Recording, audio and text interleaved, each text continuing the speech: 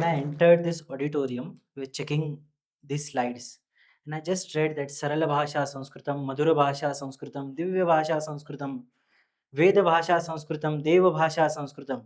But whose Bhasha Sanskritam? So nobody's Bhasha Sanskritam was the first thought which came in my mind. So, as a professor of Sanskrit, I am here not to deliver a lecture, but just to share my thoughts, my reverence, and my love for the timeless Indian language known as Devavani Sanskritam. Since childhood, my mother used to teach me shlokas, mantras.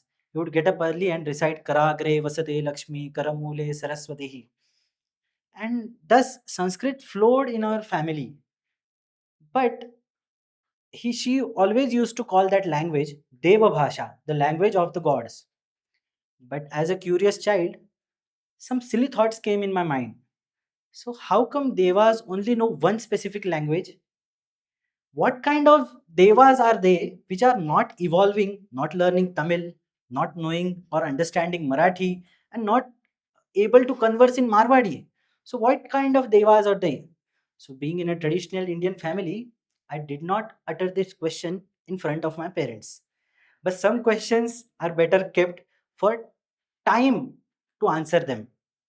Moving forward, went on to study in a Gurukulam, where I studied Bhagavad Gita, studied the works of Kalidasa, Bhavabhuti, not just linguistically, but also philosophically. I was astounded by it.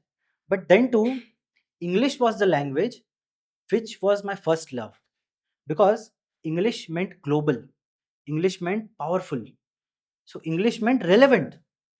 And a question used to pop in my mind that, do the powerful people in the world study Sanskrit?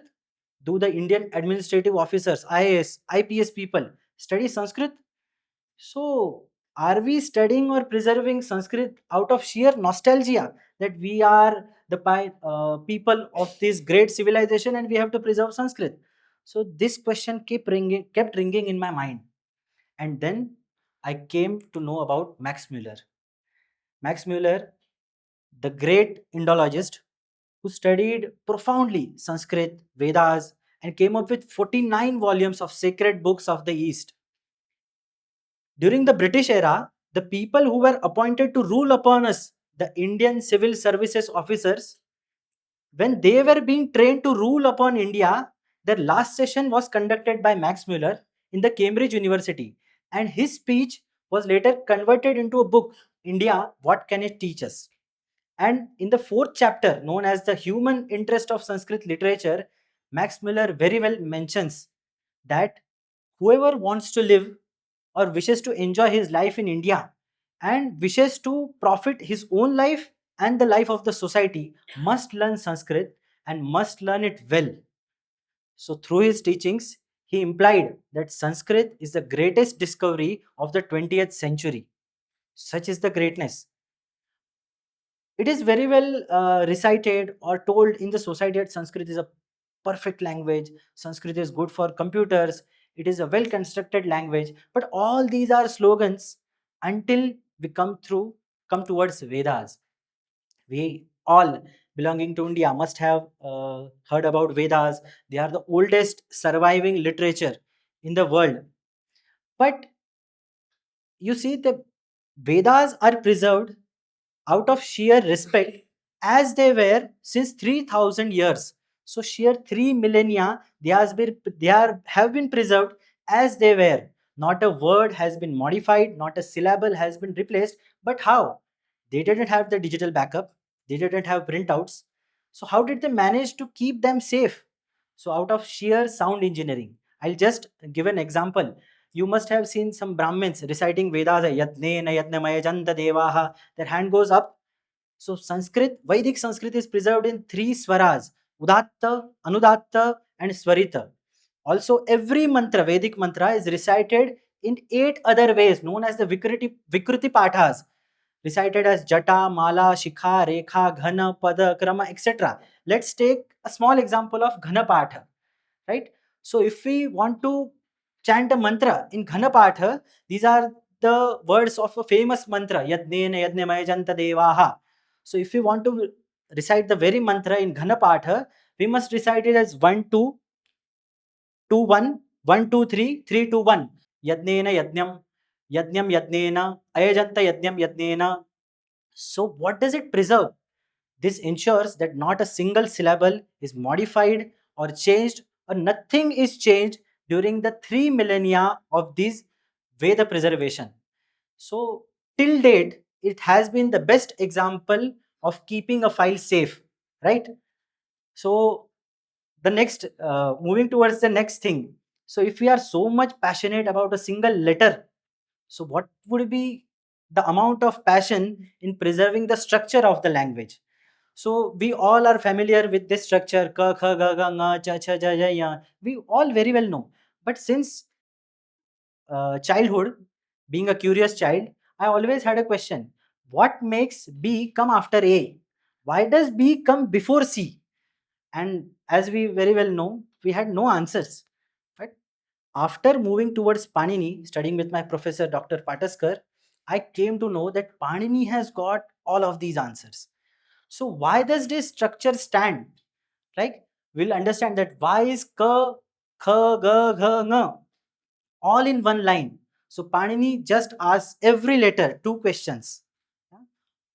Where was the sound produced and how was the sound produced? So where our air moves upwards while uttering a single syllable or a letter, and wherever it collides, so that's the point where the sound is formed or created. So just I request all of you to put your hand on your throat and repeat after me, ka, kha, ga, gha, nga. So this is the point where all these letters are created. That's why it is not just some kind of fixation that ka, kha, ga, gha, nga are just written down. Their very entry point or the point of their production is throat, and it is known as kantha in Sanskrit. That's why all the kantya varnas in one line. Next come the varnas cha, cha, ja, ja, ya. So after, so your upper teeth, and behind that upper teeth is the palate. Every varna, while uttering every varna of this line, the air is obstructed in this palate. The next comes ta, tha, da, dha, na, right? So in the retroflex, or when the tongue is moved a little bit backwards too, so we get these sounds. Next are the sounds which are uttered when the air is obstructed by the teeth. Ta, tha, da, dha, na. So whoever has less teeth feels hard to pronounce these letters. And the last one is pa, pha, ba, bha, ma. So these are the Oshtya Varnas. Let me tell you an interesting tale. There was a great poet named Dandin. He wrote Dashakumara Charitam. And there is a prince who, in a story, has injured his lower lip. So, but of course, uttering these sounds would be hard for him. So, such is the poetic might of that Kavi Dandin that whenever he writes dialogues of that very prince, in the whole Kavya, in the whole poetry, he has not written a single Oshtya Varna in his dialogues. So, I believe that this requires great poetic mind, right? So, the next is these are the places where different types of letters are formed. But coming back to the slide, we understood the horizontal lining, right? Why are these kept in one line? But the vertical lines, so just I would again invite you to keep your hand while uttering keep your hand in front of your mouth while uttering these syllables ka, kha, ga, gha, cha, cha, ja, jha. Prana is translated as air, right? So prana is the amount of air we keep outside, right? We exhale while uttering a single letter. So when a letter has small amount of air exhaling, we call it as alpa prana, and when the air is more, we call it as mahaprana. So all these even lines, ka, ga, and ga, every line has alpa prana, means the number of air flowing out of our mouth is very less, right? So we understood that this is very logical, this is good, right? But it's all a grammarian's thing. What about us, right? So let's take a small example, right? A 5 letter sentence in any language. I go to school every day, right? One, two, three, four, five. If we rearrange these words, do we get the same meaning? To school, I go every day. Yeah, somewhat same meaning. I go to school every day. Every day I go to school. But I school to go every day. Then it changes the meaning, or it seems irrelevant, ungrammatical. So these kind of problems occur. But if there are numbers 1, 2, 3, 4, 5, how many times we can rearrange those numbers? Anyone maths freak in the audience? Yeah. How much? Yeah, yeah. So how much would be that number? 120, right? 120 times we can rearrange those numbers. Same is the number in which a 5 word sentence of Sanskrit can be rearranged, conveying the same meaning. Devadattah sthalyam odanam kashtahi pachati, pachati kashtahi odanam sthalyam devadattah, sthalyam devadattah pachati odanam kashtahi. The sentence and the meaning remains the same, just the order of words keeps changing, just because the meaning itself was conveyed through the word, not through the order. So this is freedom, not chaos, which is conveyed in Sanskrit. So understood. But you must be wondering that we didn't sign up for a grammar class. Yeah, we came here to know the beauty of the language. So beauty of a road is never conveyed by the quality of the road, right? Which the road is made. But the beauty of the road is known by the rivers, the mountains, the scenic places which occur during the travel, right? So traveling with Sanskrit, we come across Valmiki's compassion. He just is His heart is wounded when a hunter kills one of the lovebirds. We come across Vyasa's cosmic vision, Kalidasa's poetic perfection. So there was a great German scholar named Goethe. When he studied Shakuntal, his utterance was he uh, he took that Shakuntal on his head and literally danced his way out and told that Aishwaryam yadi vanchasi priyasake Shakuntalam sevedam. If you want to experience prosperity in every aspect, my friend, do read Shakuntala. So next is understood that Sanskrit is beautiful too. But what's the greatness in this language? So Sanskrit, it's not just structured, not just beautiful, but also it gives a purpose for life. I'll just give you an experience. She is Dr. Pushpa Dikshit from Chhattisgarh. 365 days till date, she keeps students at her home, more than 50 students. She feeds them, she teaches them Paninian grammar. She has written more than 40 books on Paninian grammar. When I was with her, her husband was paralyzed and was admitted in the hospital. She was with him day and night. Then too, she used to come for an hour to her home, teach us Paninian grammar, which would be enough for the whole day to us for study. And in the evening, she used to come again to take the feedback, to follow up with her questions. When we used to take Babuji, her husband, to MRI scanning and other tests in the hospital, Babuji was inside doing his MRI scan, and outside on the benches, she used to teach us Paninian Sutras. Just imagine, just imagine the audacity of passion she has towards Paninian grammar. Once I asked her that, take a break, Mataji. You used to call her Mataji, and take a break. The small kids should be sent home. We'll stay with you. Her simple reply was enough for me to motivate me for Sanskrit for my whole life. She used to call us beta. So, son, I am living only for taking Panini to the world.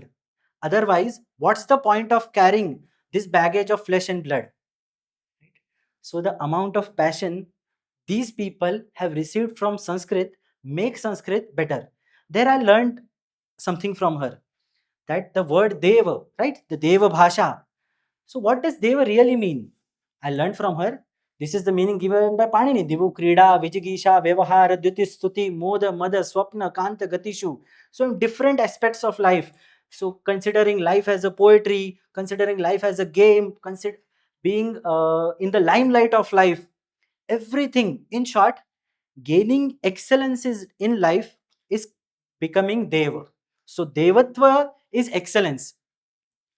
So what did Sanskrit achieve as a Deva? Right? So in mathematics, we had Aryabhatta who founded zero. We gave decimal equation system to the world. In the field of geometry, we gave the clear aspect about the right angle, later known as Pythagoras theorem, much before Pythagoras. In medicine, we had the first instance of surgery. We had a great visionary in medicine named Charaka. In prosody, we had Pingala. Politics, we had the world renowned Chanakya. In short, wherever there is excellence, there is Devatva. So Sanskrit the only Deva Bhasha? No. Potentially, each language is a Deva Bhasha, which ignites the Devatva in us, which makes us feel that I can too be excellent, I can excel myself and go towards being a Deva himself. So, the disciple of this very wonderful language, who in the whole world was the first one to say that may there be well being and prosperity and happiness for the whole world. I'll just end my talk with this very verse: Sarve bhavantu sukhinaha, sarve santu niramayaha, sarve bhadrani pashyantu, ma kaschit dukha bhag bhavet. धन्यवाद.